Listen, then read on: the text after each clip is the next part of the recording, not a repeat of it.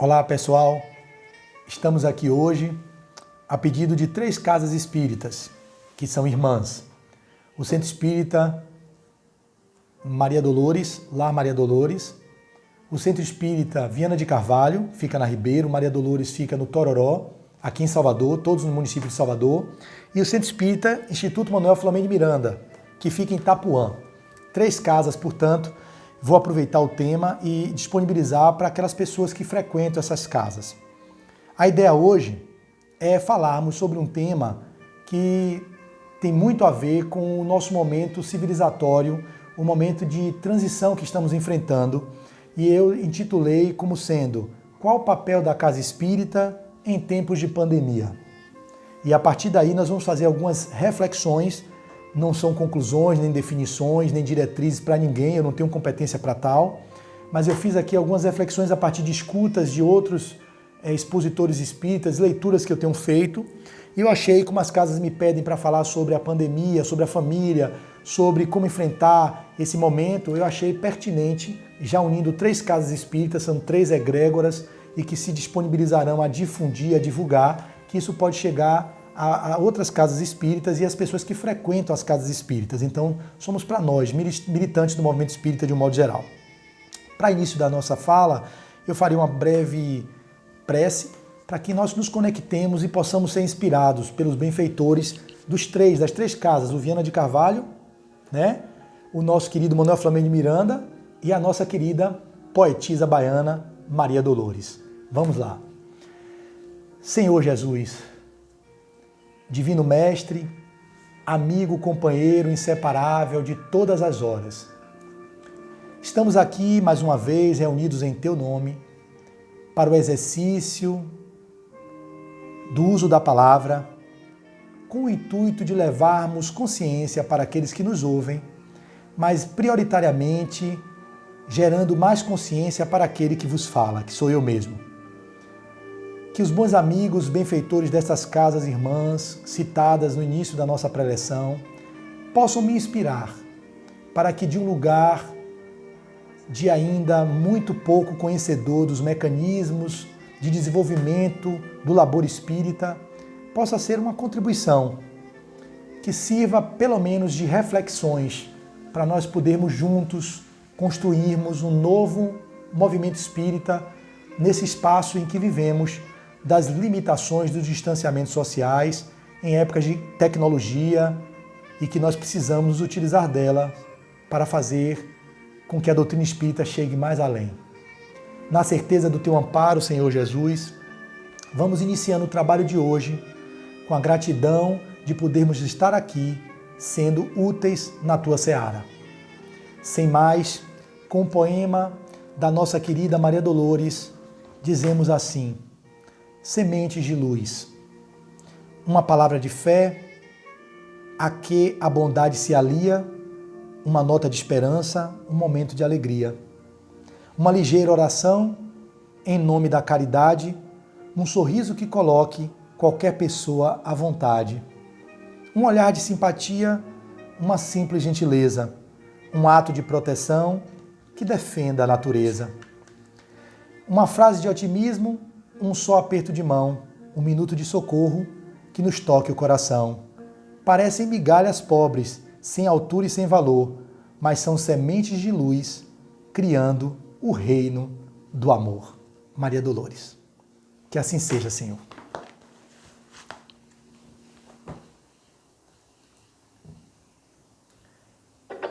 Então, feito isso, a nossa tarefa de hoje, e que é realmente uma tarefa um tanto quanto espinhosa, porque iremos tocar em assuntos e que, naturalmente, as casas espíritas estão todos os seus dirigentes, como o Movimento Federativo na Bahia, como o Movimento Federativo Brasileiro, a Federação Espírita Brasileira, a Federação Espírita do Estado da Bahia, estão todos se mobilizando nessa hora para encontrar novos caminhos e novas diretrizes de como conduzir as casas espíritas nessa atual conjuntura em que estamos vivendo. A partir então de leituras, como eu disse, e algumas escutas de alguns oradores, eu venho também me questionando qual o verdadeiro papel da casa espírita nesse momento de tanta delicadeza que nós estamos enfrentando. É verdade que já conseguimos, no início do processo pandêmico, aqui no Brasil, as casas, de uma forma ou de outra, algumas criaram resistências em como iriam conduzir as suas doutrinárias, as suas palestras, que é o que mais, normalmente temos visto nesse momento em que conseguimos ainda, via tecnologia, com a possibilidade das filmagens, difundirmos o conhecimento espírita, que é verdadeiramente um grande serviço que fazemos à sociedade, que é a difusão do saber espírita, do conhecimento espírita, para todos os lugares que possam alcançar, e agora com a tecnologia não há barreiras, não há limites territoriais, Todo mundo pode ter acesso, tendo em vista, claro, as traduções que possam ser feitas das palestras dos oradores. Isso é fato que, no início, houve uma certa resistência. A gente percebia, eu mesmo percebi, algumas casas que ficaram ainda se ajustando, porque alguns, talvez, poderiam pensar que aquilo passaria rápido. E aí talvez não tivessem aquele empenho maior em se dedicar logo a uma forma nova de reconfigurar as suas formas de se apresentar e de ser esse instrumento de contribuição para a sociedade. Umas mais inicialmente se aderiram logo a essa via, outras com o tempo foram percebendo que a pandemia não findava e que o isolamento e o distanciamento social ele perdurou, já temos quase 3 meses e alguns dias nisso, desde março, abril, maio, agora eu falo no mês de junho, hoje é 18, salvo engano, 18 de junho. Então, nesse período todo em que estamos vivendo, algumas casas foram abrindo seus canais, foram fazendo seus canais no YouTube que não tinham, e que isso foi um grande ganho, porque toda a crise, se elas souberem ser bem aproveitadas, elas trarão ganhos, e trarão ganhos evolutivos para aqueles que sabem atravessar a crise, que não vão ficar na queixa, ou na lamentação, ou na lamúria. Elas se utilizam dos momentos de crise, tanto nas vidas privadas, quanto nessas crises coletivas, para fazer novas escolhas, novas mudanças, novas adaptações à nova era que surge. Então, ao serem criados os canais no YouTube, isso viabiliza, já deixa um legado. Quando a pandemia passar, que vai passar, já deixa um legado para as casas espíritas refletirem a partir desse lugar, de que como seria manter os canais abertos e alimentados, tendo em vista que as palestras poderão ser filmadas até mesmo como agora eu filmo, com um simples celular, e através de uma filmagem serem disponibilizados nos vários canais das várias casas espíritas, fazendo com que aquele tema abordado por qualquer expositor ou expositora possa alcançar outras pessoas que não puderam estar presentes fisicamente no momento em que a palestra ocorria. Então, os canais no YouTube são verdadeiros instrumentos a serviço da divulgação da doutrina espírita. Então, algumas casas, elas passaram a abrir seus canais, algumas mais retardatariamente e outras mais precocemente, e aquelas que já tinham e já continuaram fazendo o seu trabalho de divulgação por lá. Nesses processos, alguns expositores também começaram a criar seus próprios canais. E assim, criando seus canais, eles poderiam também fazer as preleções para as pessoas ouvirem, a pedido de algumas casas espíritas e outros, às vezes, por seu livre arbítrio. Foi também surgindo as lives, que foram as formas que as pessoas encontraram de fazer transmissões ao vivo pelos vários recursos de redes sociais. Assim também começou a se perceber a difusão de palestras que usavam-se os canais e a partir do canal, ao vivo, se fazia a filmagem, como eu fiz várias, previamente, e o canal da casa ficava disponibilizando aquilo para ser lançado no horário da doutrinária. Uma casa específica, o horário da doutrinária é quarta, 8 horas.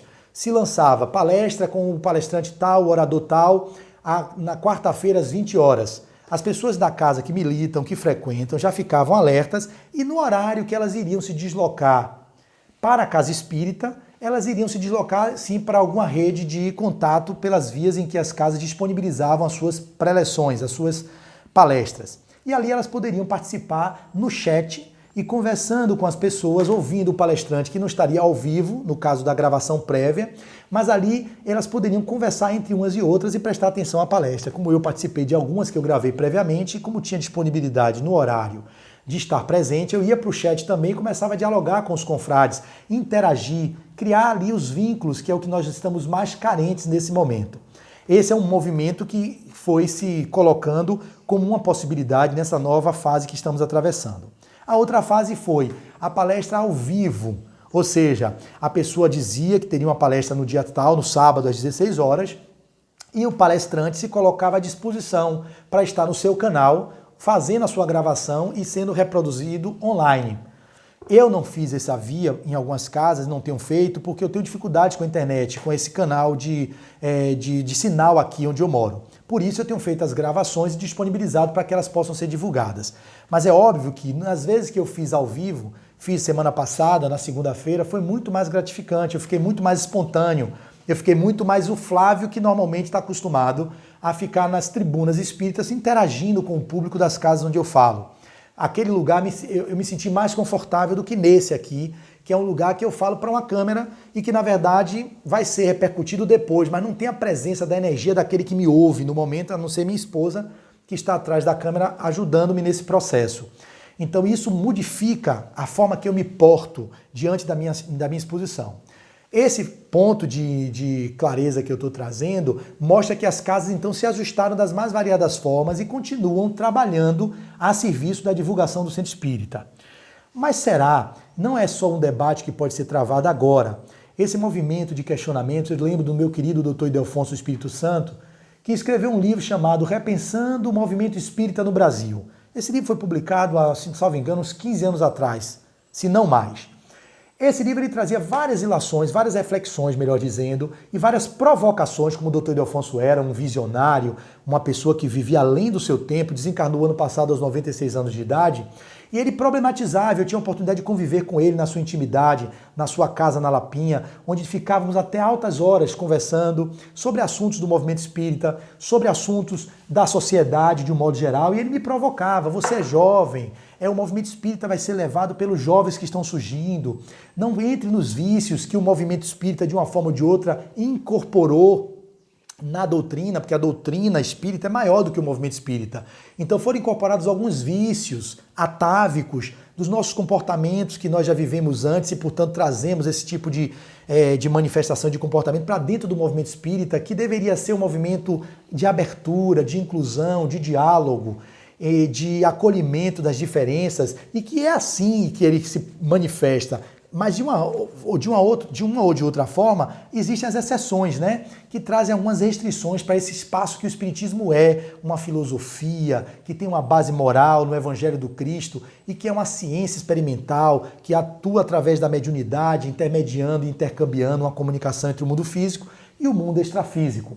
Então o Dr. Ildefonso já provocava isso e dizia que ele não era muito afim àqueles modelos de palestras onde as pessoas falam por horas infindas e às vezes, melhor, horas infindas não, corrigindo, por 1 hora, 50 minutos, 1 hora, e as pessoas ouvem sentadas ali, como no modelo educacional que nós temos ainda que vige na nossa realidade, o modelo bancário, com raras exceções também, que tentam fazer um movimento novo educacional, onde um pretenso sabedor é o professor de um saber, entre aspas, porque ele tem um conhecimento sim, ele já caminhou um pouco mais do que o seu corpo discente, e aquelas pessoas ouvem, e que às vezes não tem voz. Era assim, tem modificado-se um pouco, e assim levanta-se horizontalmente, a informação vertical é passada, e as pessoas pretensos sabedores depositam nas mentes das outras pessoas o seu conhecimento. O Espiritismo, no movimento que nós nos encontramos, é verdade que as palestras doutrinárias são com grandes contribuições e não vão, muito provavelmente, por muito tempo, parar de existir. E elas são excelente contribuição. E é através dela que se divulga a doutrina espírita. Mas já está havendo algum modelo de adaptação a esses tipos de palestras horizontais, ou verticais, melhor dizendo, onde as pessoas sentam, levantam e vão embora e não interagem, não criam vínculos com a casa e não criam vínculos com as outras pessoas. Então o Dr. Ildefonso, quando trazia esse questionamento, ele já ficava pensando como será o movimento espírita no futuro. O futuro que está bem próximo, que é o que está vivendo agora, e o futuro que está também chegando após esse movimento pandêmico. E nós percebemos que algumas tentativas nesse processo novo de continuar manifestando as palestras doutrinárias, e que é o espaço de divulgação da doutrina, algumas pessoas já estão vendo que não cabe mais ficar só falando, porque informação nós temos em todos os lugares. A informação hoje, você tem palestrantes de renome nacional e internacional que trazem palestras de grande relevância, com grande conteúdo doutrinário. Ele tem um que é o concurso, nosso querido baiano, Divaldo Pereira Franco.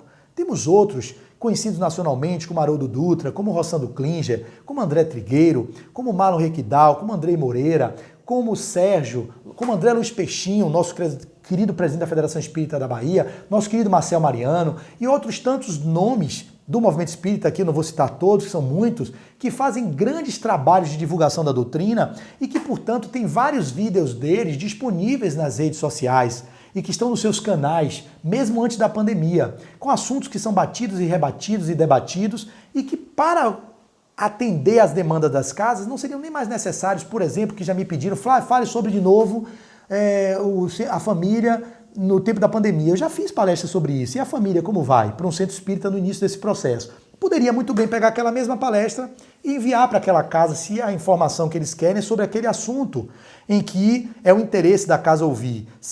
Sou eu falando, tudo bem, eu já tenho palestra feita, vai lá e olha no meu canal. Se não sou eu, outros palestrantes já falaram sobre isso e de muito maior envergadura doutrinária do que a minha competência de falar sobre esses temas. Então é muito fácil, com a era da informação, as pessoas coletarem isso em qualquer lugar, basta digitar no Google o tema e o tema se configura na sua frente e você assiste com qualquer palestrante.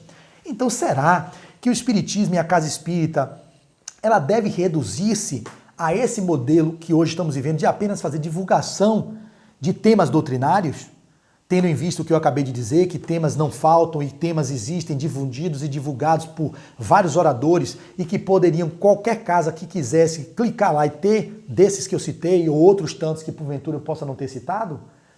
Será que nós vamos passar por esse período de pandemia ficando apenas usando a Casa Espírita para fazer um canal de divulgação de assuntos doutrinários? Outras casas que nem estão fazendo isso, que apenas pegam um link e, como não tem canal, elas pegam aquilo que o palestrante falou e difunde na sua lista de transmissão no WhatsApp ou divulga para aqueles frequentadores da casa. Mas será que é essa a função da Casa Espírita nesse tempo que nós estamos atravessando? Todos aqui são questionamentos. Eu não tenho nenhuma definição e nem sei o caminho que a gente vai seguir. Mas eu tenho algumas hipóteses que nós precisamos olhar para elas e algumas possibilidades que me veem como uma grande contribuição que a Casa Espírita pode ser. Alguns tópicos nós poderíamos debater. Como é que estamos fazendo o atendimento fraterno nesse momento de pandemia? Tendo em vista que a Casa Espírita ela tem um grande contributo social e que historicamente, ela em vários momentos da nossa construção enquanto movimento espírita, nos utilizamos o espaço da Casa Espírita, até hoje fazemos, para distribuir farnéis, cestas básicas. Casas espíritas que colocaram seus espaços, como a Casa de Pititinga, a nossa Casa Mata, a Federação Espírita do Estado da Bahia, que está lá no terreiro, que é aqui no Pelourinho, ela tinha um serviço, não sei se ainda tem, de atendimento odontológico, atendimento médico, atendimento de saúde. Mas com o avanço da sociedade, o Sistema Único de Saúde chegou e demonstrou a universalidade do atendimento, independente da precariedade que possa haver, mas é um sistema que funciona na medida do possível e atende a uma demanda social importante e que certamente a Casa Espírita ocuparia os espaços de brechas que esse sistema não vai conseguir alcançar. Mas hoje temos os centros de atendimento odontológico, temos os CREFs, os centros de atendimento psicossocial, temos o CREF não, temos os sistemas de atendimento chamado a Unidade de Saúde da Família, temos a unidade que dá suporte à saúde da família, que faz o atendimento de práticas integrativas. Então nós temos vários recursos na sociedade que atendem à demanda social, que seria esse espaço da questão relacionada à saúde. Temos os setores de atendimento psicossocial, temos atendimento de condição das políticas públicas, né, de combate à pobreza. Então, ok, o Centro Espírita pode continuar fazendo isso? Sim, claro. Levando assistência a essa população carente que demanda e os serviços as demandas são infinitas e os recursos são escassos. Então, claro que o papel social da Casa Espírita nisso a gente não quer questionar.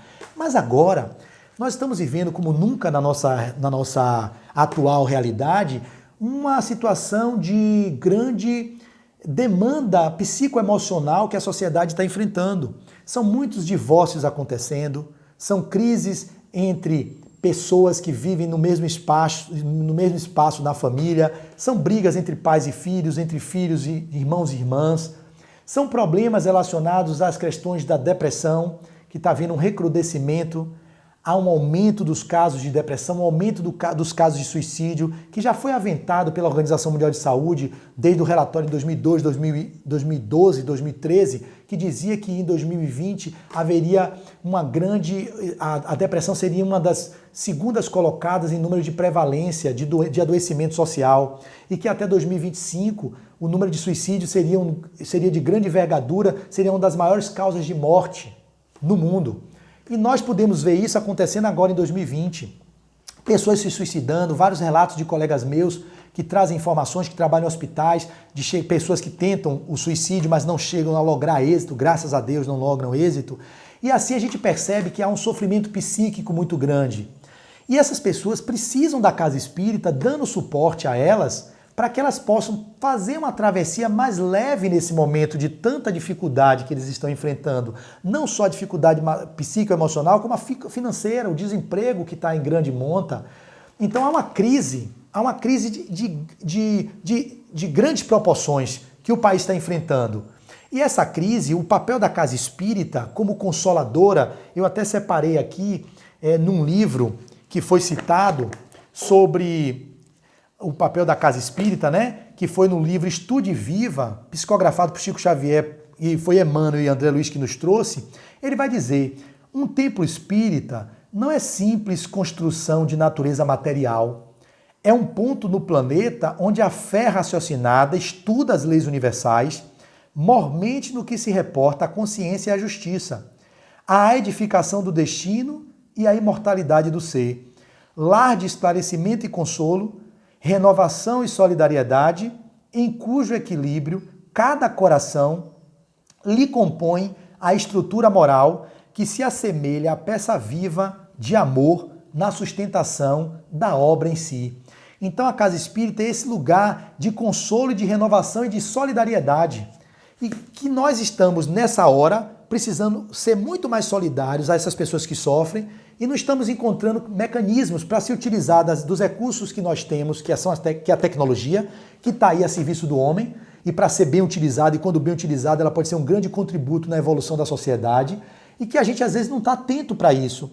Como eu exemplifiquei no início das existências de algumas casas, por até capacidade de não ter como lidar com essas tecnologias, né? São casas espíritas que vivem por condições precárias, financeiras, tem dificuldade de trabalhadores, a gente entende isso, dificuldade de voluntários. E é óbvio que isso é natural, que haja um movimento inicial de resistência e de paralisação, mas a gente não vai ficar esperando, essa pandemia não acaba tão cedo. Mesmo que ela pare, que abram-se as portas, vão ter ciclos, como a gente fala, primeira onda, segunda onda, foi assim na gripe espanhola, foi assim em outros momentos que nós passamos e que parece que em ciclos de cada 100 anos isso se repete.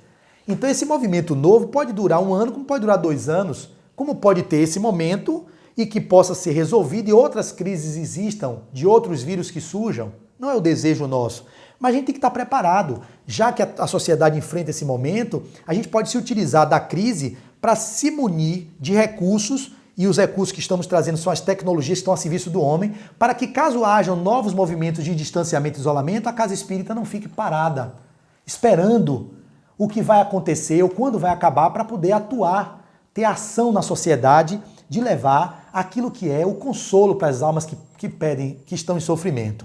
Então me vem algumas questões depois das escutas que eu tenho feito e das leituras que eu tenho visto. Como seria a casa espírita, por exemplo, no que diz respeito ao atendimento fraterno, se utilizar dos recursos como o Zoom, o Meeting, o Google Meet, o Hangout e outros recursos que são salas virtuais, onde as pessoas podem, com o simples no celular, baixando aquilo para o seu celular, hoje quase todo mundo tem celular, fazer uso delas. E na casa espírita que tem o atendimento fraterno, como não pode ser físico por causa da presença e do distanciamento, marcar o horário para fazer as entrevistas com as pessoas, onde um entrevistador treinado, os mesmos que trabalhavam nas casas espíritas, possam ser treinados, claro, e capacitados a utilizar esses novos recursos. Eu falo a partir de minha mãe, por exemplo. Minha mãe é uma senhora de 75 anos. Ela tem dificuldades com tecnologia, mas se adaptou. Hoje ela usa o WhatsApp, hoje ela participa de Zoom. Minha irmã dá orientação, que está na casa com ela. E ela, de uma forma ou de outra, era também uma pessoa que era responsável pelas fichas do atendimento fraterno de uma determinada casa daqui de Salvador. Uma casa onde eu comecei, acho que não há problema eu citar, uma casa maravilhosa que eu amo, que é a Casa de Geração Bezerra de Menezes. E minha mãe trabalhava lá e tinha as atendentes fraternas que ficavam ali fazendo as entrevistas.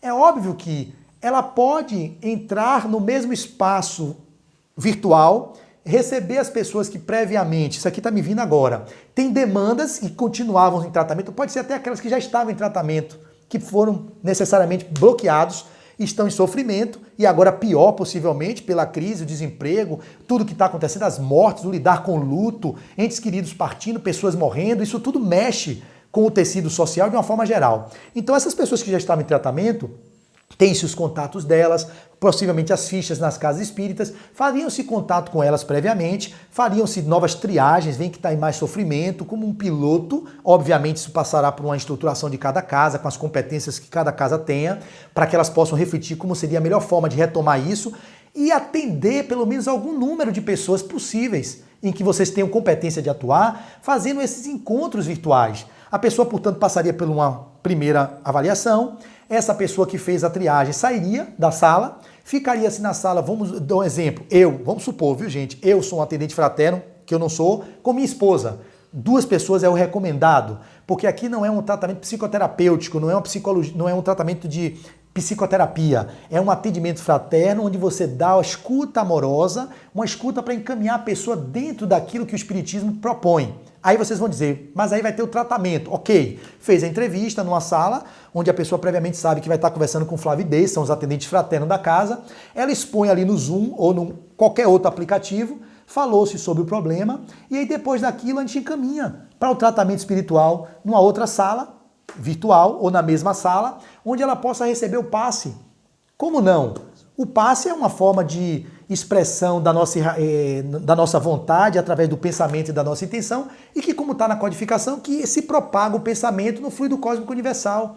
Então, quando você direciona o pensamento, eu até separei aqui, o pensamento, o veículo que conduz a prece até o seu destinatário, no caso, quando a gente faz orações para aquelas pessoas que nos pedem prece, né, para as pessoas que estão em sofrimento, o veículo que conduz a prece até o seu destinatário é o pensamento, o qual se irradia pelo infinito através de ondulações mentais, à feição das transmissões radiofônicas ou de televisão, que se propagam pelo espaço, né, por ondulações que são as ondas que chegam até os nossos receptores, né, de rádio e de televisão.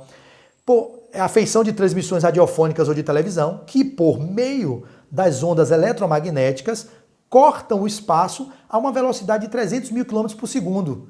Ok? Citado no livro que eu marquei aqui, o livro, a referência bibliográfica foi Rodolfo Caligares, As Leis Morais. Ok? Então, ele mostra aqui, como tem também na codificação, nos livros, na literatura espírita, o livro dos espíritos fala sobre o pensamento, nós sabemos que o fluido cósmico universal ele é o transmissor do nosso pensamento. Então o passe, que nada mais é do que o nosso magnetismo pessoal, junto com, às vezes, o passe misto do espírito, que é o benfeitor daquela pessoa, o mentor daquela pessoa, eles podem se utilizar da irradiação fluídica que nós estamos dispondo e ele próprio, na casa da pessoa onde está lá recebendo, a gente pede que a pessoa silencie, coloque uma musiquinha, se for o caso, ou a gente mesmo coloca, que ela vai escutar, como eu coloquei aqui, e que eleve o seu pensamento ao alto, que imagine-se dentro da casa espírita que ela milita, naquela salinha onde ela frequentou, se ela já é frequentadora da casa, e lá ela vai receber os fluidos salutares que nós vamos irradiar agora, e as pessoas irradiando e fazendo a imposição de mãos para poder direcionar a energia, elevando o pensamento ao Cristo, pode ser manipulado esses fluidos, chegar até aquela pessoa e a pessoa receber um momento de afago, de carinho e de se sentir vinculada, de que alguém se importa por ela e ela continua mantendo o seu tratamento à distância. Esse é um movimento que a gente pode tratar aqui sobre atendimento fraterno e já falando do tratamento à distância. Teria um outro, que é os grupos de estudo. Os grupos de estudo eles estão acontecendo. Em algum menor ou maior grau eles acontecem, mas algumas casas também resistiram. Nosso grupo da Federação Espírita, lá, que nós temos todas as segundas-feiras, graças a Deus está fluindo de vento em polpa. Nós estamos nos reunindo toda segunda de 6 às 7h30. Ao acabar o nosso encontro no Zoom, nós discutimos com a doutora Eleonora Peixinho, com os outros confrades, que a Eleonora é a nossa coordenadora, irmã de André Luiz Peixinho. Nós fazemos o debate do livro Homem Integral. Claro que não é um grupo de estudo, é um grupo de autoconhecimento, corrigindo. Claro que tem estudo porque a gente está estudando a obra, que é a obra Homem Integral. Estudamos outras e agora estamos no Homem Integral. Mas o objetivo maior do nosso grupo é um grupo de aprimoramento, de autoconhecimento e de autodescobrimento. Então a gente traz a temática que a gente estava falando semana passada sobre medo, sobre ansiedade, sobre solidão, tudo a ver, né, com o momento que estamos vivenciando. Muito atual a obra de Joana de Anjos, que foi publicada lá em 1990, salvo engano. 89 foi Jesus e a Atualidade.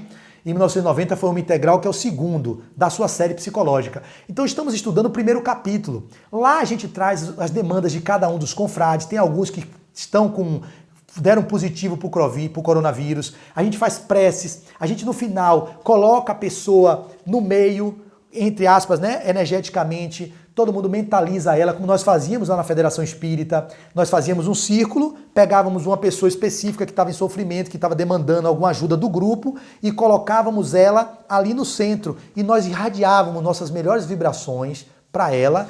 Ela se sentia regozijada, feliz, e ao sair dava o depoimento do que percebeu. A gente levava para ela um quanto de energia para que ela possa enfrentar o desafio do cotidiano. E nós estamos fazendo o mesmo. Agora, dentro do grupo, duas confreiras estavam com demandas específicas, mandaram via WhatsApp que precisavam de prece. Nós reunimos aquele grupo de autoconhecimento e fizemos no final uma elevação do pensamento e uma visualização e uma meditação para elas. E ali, certamente, elas se beneficiaram de alguma sorte. Esses espaços, portanto, dos grupos de estudo e grupos de aprimoramento de autoconhecimento, eles podem continuar fluindo, porque o Espiritismo carece de estudo. Nós precisamos estudar o Espiritismo e de estudar de forma correta. É óbvio que a gente faz leituras as mais variadas, mas nós não nos debruçamos sobre aqueles tópicos que precisam ser aprofundados. Que a gente precisa trazer nesse momento mais atual é aquelas questões que tocam diretamente no sofrimento humano. São as aflições que está no Evangelho, bem-aventurados os que são os aflitos, porque serão consolados. Tantas bem-aventuranças do nosso Cristo Jesus que podem ser trazidas para, nesse momento de sofrimento, levar mais consolo àqueles que sofrem. E assim a gente pode se utilizar desses recursos que eu cito para que não percamos o rumo da proposta que a Casa Espírita tem. O que eu sugiro? Baixemos as barreiras, quebremos as resistências, nos abramos para essas possibilidades novas, façamos perguntas, o que mais é possível que eu não estou percebendo nessa crise planetária, que a Casa Espírita poderia estar em sintonia com os benfeitores que estão ali trabalhando ininterruptamente, nos intuindo, nos inspirando, para que possamos clarear, ou melhor, trazer clareza para nossas ações. Será que estamos fazendo isso ou estamos só ouvindo palestras atrás de palestras, informação atrás de informação, conteúdo atrás de conteúdo e trazendo conteúdo? Será que só precisamos de conteúdo? Conteúdo a gente já tem de muito. Obviamente que eu não estou sendo contra o conteúdo. Eu continuo fazendo minhas palestras, liberando temas, ajudando pessoas que nos trazem o feedback. Poxa, Flávio, foi muito bom ouvir você falar sobre esse tema. Como foi legal você abordar desse jeito. Obviamente que aqui não está sendo dito que isso vai parar de acontecer, mas isso está sendo muito polarizado só nisso. Eu entendo que pode ser um momento, mas já são 3 meses. Março, abril, maio, junho, já indo para o 4º mês agora em julho, e as casas espíritas vão ficar paradas, sem se readequarem, sem repensar o seu modelo de trabalho, como dizia o nosso Delfonso do Espírito Santo. Como é que nós vamos fazer para criar novas possibilidades de abordagem com os recursos disponíveis que temos hoje? Que são esses que estão postos.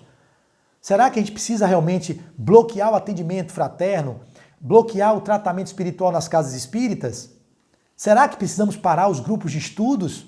Será que os grupos de estudos não podem continuar de vento em popa, como algumas casas estão fazendo, pagando o Zoom, quando é pago, acho que é $15, R$75 por mês para ter acesso ao aplicativo, ou outros que são gratuitos, como o Google Meet, que dá tempo de 4 horas, o Zoom gratuito, 40 minutos, já estou dando informações para vocês irem pensando nisso, as casas que chegarem, que não tenham esse conteúdo ainda chegando até vocês. Você tem o WhatsApp, que quase todo mundo hoje tem, onde você tem conferências de que cabem até 4 pessoas, salvo engano, até mais. Você chama um, depois chama o outro, ficam 4 pessoas em videoconferência conversando entre si. E ali vocês podem discutir assuntos ou, no caso, fazer o atendimento fraterno de alguma pessoa que está em dificuldade, como no exemplo que eu citei.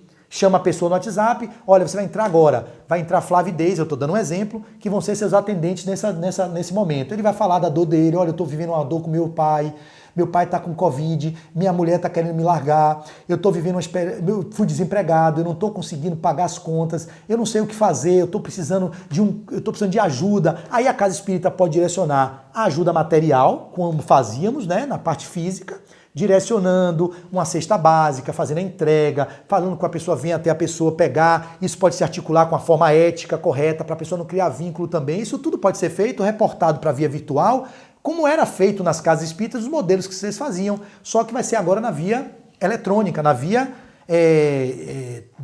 online. E aí a pessoa recebe aquele consolo, você acaba de dar a ele a informação, olha, o que pode lhe orientar agora é isso, você precisa fazer um tratamento. Aqui a casa a gente está disponibilizando agora um tratamento virtual, onde a gente vai marcar seu atendimento, vai ser sexta-feira, tal hora, que é o horário que o grupo vai estar disponível para dar o passe. Aí naquele momento o pessoal que ia para casa não precisa, porque já não tem o deslocamento do transporte, gastar dinheiro, tempo. Você pode ficar às 7 horas, 1 minuto para as 7 entrar, ou melhor, meia hora antes, entra, se prepara, né, energeticamente. Eu falo, mas não precisa se deslocar até a casa espírita. Você já está na sua própria casa, basta ter um sinal de internet, conectar e ali você faz o atendimento para aquela pessoa que está em sofrimento. Assim também os grupos que às vezes se perdem nas palestras que são feitas e termina e acaba ali a discussão quando é ao vivo, quando é online, e não dá tempo da pessoa criar o vínculo, que a pessoa quer ouvir o palestrante, quer dialogar com o palestrante, quer conversar um pouco mais. E aí o que seria dos grupos ficarem meia hora antes, né? Assim na casa espírita, a gente não vai para o trabalho que a gente vai, às vezes chega 20 minutos antes, 30 minutos antes, tem uma conversa prévia com os confrades e as confreiras, depois começa o trabalho 7 horas, termina 8. Quando termina 8, ninguém vai embora correndo. A gente fecha a sala, desliga o ventilador, o ar-condicionado, conversa com um, vai na cantina. Por que agora na via virtual tem que ser assim? É 7 às 8, terminou, fechou. Nos grupos de estudo e outras coisas mais. Por que não ter o tempo do bate-papo informal?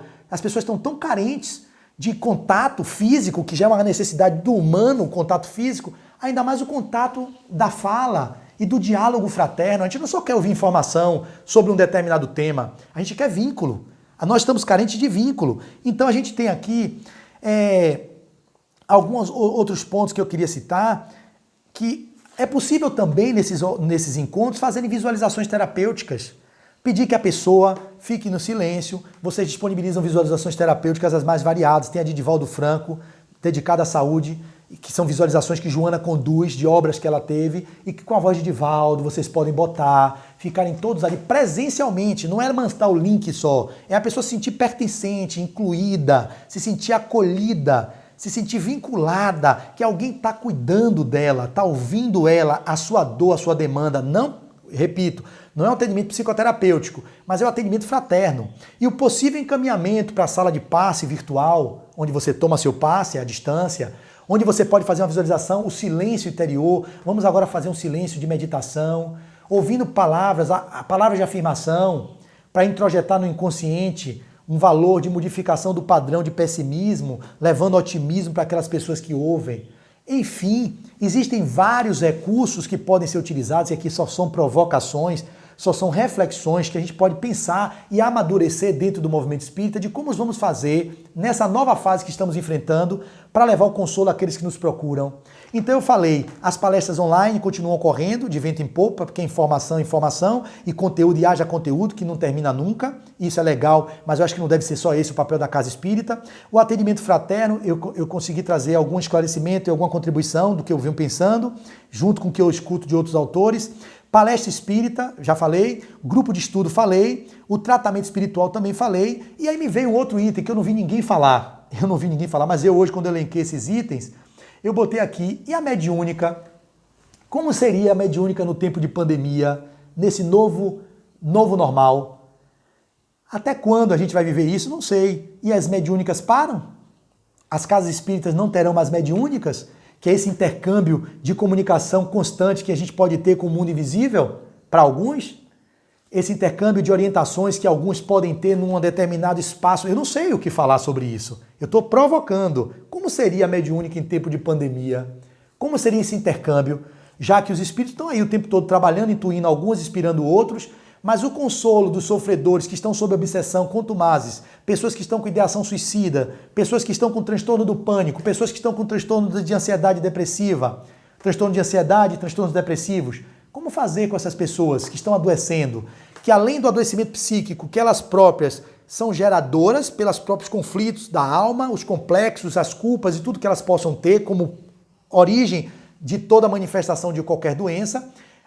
Os outros cobradores evolutivos, que são as consciências desencarnadas que querem de alguma sorte fazer com que o progresso não se instale, que a regeneração planetária não aconteça, se aproveitam da fragilidade psíquica dessas pessoas e que estão desprotegidas, que não estão encontrando o amparo da casa espírita, e aí se conectam como sintonia vibratória, que elas estão baixando o seu padrão vibratório, e aí os plugs psíquicos e que começam a fazer os chamados as obsessões, que começam com obsessão simples e que pode evoluir para obsessões de grande envergadura. Como faríamos para fazer os trabalhos da desobsessão nesse momento de pandemia, nesse momento que estamos passando? Eu não tenho respostas, mas é possível que alguns palestrantes, que alguns expositores, que o movimento federativo já esteja pensando em como vão trabalhar no distanciamento social para que os trabalhos das casas continuem. Como seria? Me vem aqui, cada um na sua casa, dentro de uma sala virtual, e dessa sala virtual eles podem estar em conexão, porque aí vem aquela questão da mediúnica só na casa espírita, ok, mas nesses tempos novos, vamos manter os mesmos padrões antigos? Eu não estou dizendo que a gente tem que fazer mediúnica em qualquer lugar, mas precisa repensar. E Delfonso, ele falava sobre isso. Ele tinha mediúnicas na casa dele, claro. Delfonso tinha um estofo moral, uma base. A gente tinha mediúnicas lá, que o movimento federativo se reunia às vezes uma vez no ano na casa dele. Ok. Eu estou dizendo que isso é regra geral? Não. Mas precisamos pensar como fazermos as mediúnicas nesses novos tempos. Como seria? Cada um nos seus espaços, nos isolamentos em que se encontra, um espaço que vocês criem na sua própria casa, onde numa sala virtual, sem incômodos externos, possam haver os médios ali. Isso está me vindo agora, viu, gente? Eu não li sobre isso, eu não estudei sobre isso, mas aqui é um espaço de apenas reflexões. Eu não estou dizendo que tem que ser assim. Eu repito, é somente, meramente, reflexões que eu estou fazendo para a gente poder levar para o debate e que as casas possam pensar em outras saídas, cada um com suas estruturas, com as suas direções, com as suas normativas. Eu não quero aqui fazer nenhum tipo de invasão dos espaços dessas casas. Estou trazendo para a gente pensar sobre isso. Cada um nos seus espaços e mediunicamente, digamos que eu sou um médium de psicofonia, que minha esposa é de clarividência e digamos que tem um outro de psicografia e naquele momento vamos trabalhar agora aqui a situação de fulano, digamos aqui, uma pessoa X. A pessoa vai lá, não precisa estar presente, não precisa, ela trouxe o nome, a demanda, concentramos na pessoa, cada um no seu espaço, e aí vem a comunicação de um espírito, portanto, falando, não, o que é que vocês querem agora? Eu agora estava com ele nas minhas mãos, ele não tinha mais a casa espírita, super vulnerável, já não tinha um passe, desempregou, o único reduto que ele podia ter era o centro que ele frequentava, queria para o tratamento se arrastando, mas eu não consegui tirar ele de lá, mas agora que consegui com a pandemia ter o afastamento, vocês inventaram isso? Não vão conseguir, estou dando um exemplo, viu gente? Estou teatralizando. Não vão conseguir, eu vou acabar com ele. Esse negócio dessa palhaçada, que é muito comum os espíritos falarem assim, né? Essa palhaçada agora usando sala virtual para querer ajudar as pessoas, como assim? Aí o outro lá fala, irmão, o médium esclarecedor, vamos ouvir esse momento de dificuldade, aí começa a fazer o trabalho de esclarecimento para aquele espírito que está em sofrimento. E aquele espírito que está em sofrimento pode ouvir ou não, e aí fazemos uma oração, uma prece, o médium, que deve ser o primeiro, entre aspas, doutrinador, esclarecedor do espírito comunicante, já recebendo a comunicação, já faz o filtro e já também dá uma apaziguada naquele ser. E ao mesmo tempo, aquele ser vai embora, como na sala espírita, vai tranquilamente. Vamos agora fazer uma oração, vamos ver o mentor, digamos que tem algum espírito mentor que dá a comunicação, ô meus irmãos, que bom que vocês deram suporte a esse irmão que está em sofrimento, vamos acompanhá-lo, aí faz uma entrevista com ele depois, como é que você está sentindo? Olha, bem melhor, não sei o que está acontecendo, mas eu estou melhorando, então vamos manter o passe.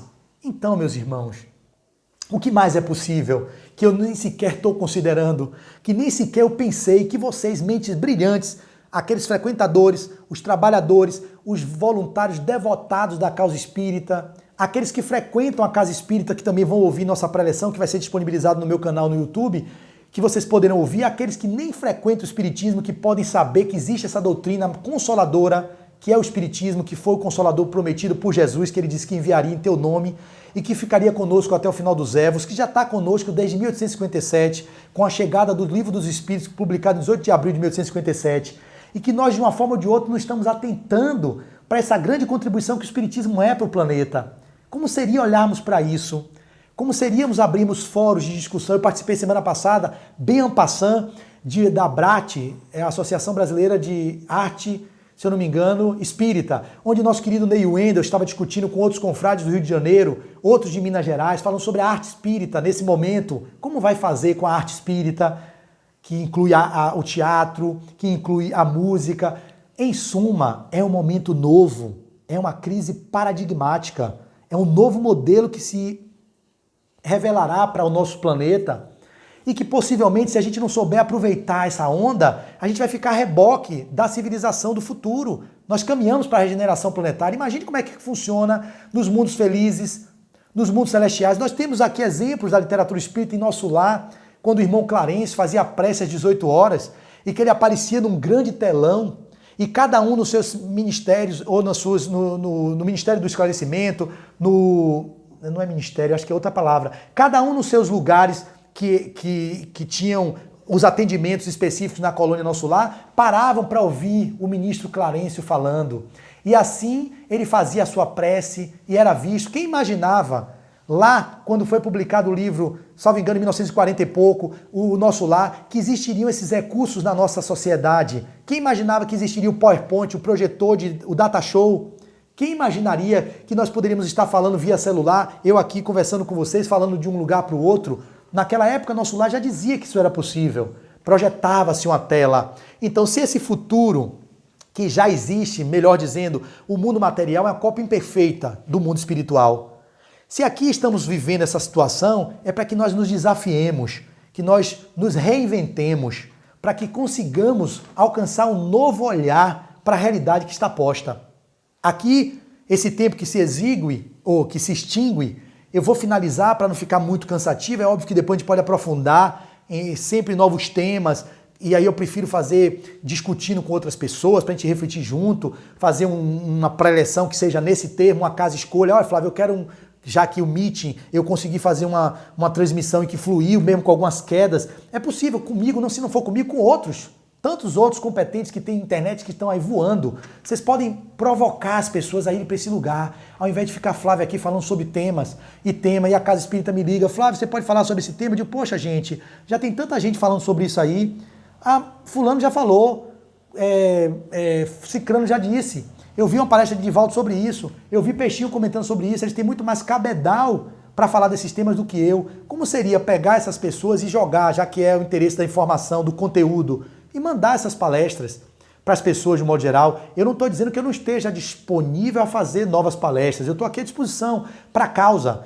O que for preciso, eu estarei aqui à disposição para poder fazer no nível das minhas forças, do que eu possa alcançar. Mas eu estou provocando vocês para irem mais, o que mais é possível, como pode ser mais expansivo, usar-se desse momento pandêmico para co-criarmos, para sobrecriarmos uma realidade que seja muito mais ampliada do que aquela que a gente está conseguindo nesse momento alcançar com a nossa visão às vezes ainda embotada e reduzida na limitação que todos nós estamos. Então é essa a nossa provocação, meus irmãos. E para finalizar, fica aqui uma canção, que é essa alegria, a canção da alegria cristã, que será o nosso encerramento de hoje, para que nós tenhamos essa esperança de que, emanados e juntos, nós vamos conseguir atravessar esse momento. Vamos atravessar de cabeça erguida, alguns partirão para o mundo espiritual, o óbito é inevitável de alguns, outros ficarão com sequelas, com alguns problemas psicoemocionais, mas estaremos sempre emanados com a proposta da alegria cristã, que é levar àqueles corações que estão em sofrimento o consolo, que é o Espiritismo, através das nossas ações terapêuticas, dos nossos encontros de estudos, das nossas palestras, dos nossos grupos de autoconhecimento, autoaprimoramento, das nossas mediúnicas do futuro, as mediúnicas do período pós-pandêmico. O recado é, não podemos parar. A vida segue, e segue com novas possibilidades, e que nós outros somos responsáveis para criarmos as possibilidades que estão aí, estão à nossa disposição. Basta que estejamos atentos, baixemos as barreiras e possamos acessá-las. Finalizo dizendo assim, alegria cristã.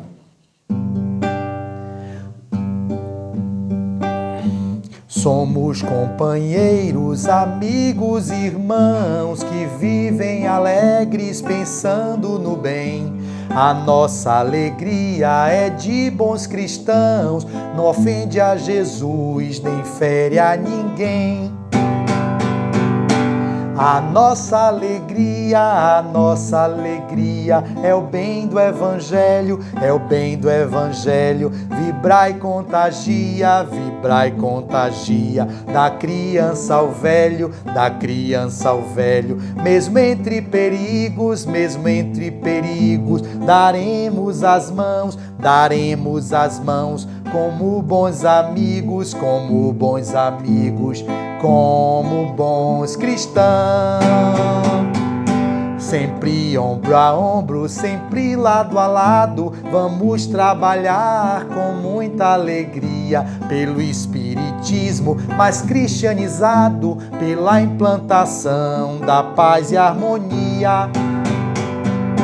A nossa alegria é o bem do Evangelho, é o bem do Evangelho. Vibrai e contagia,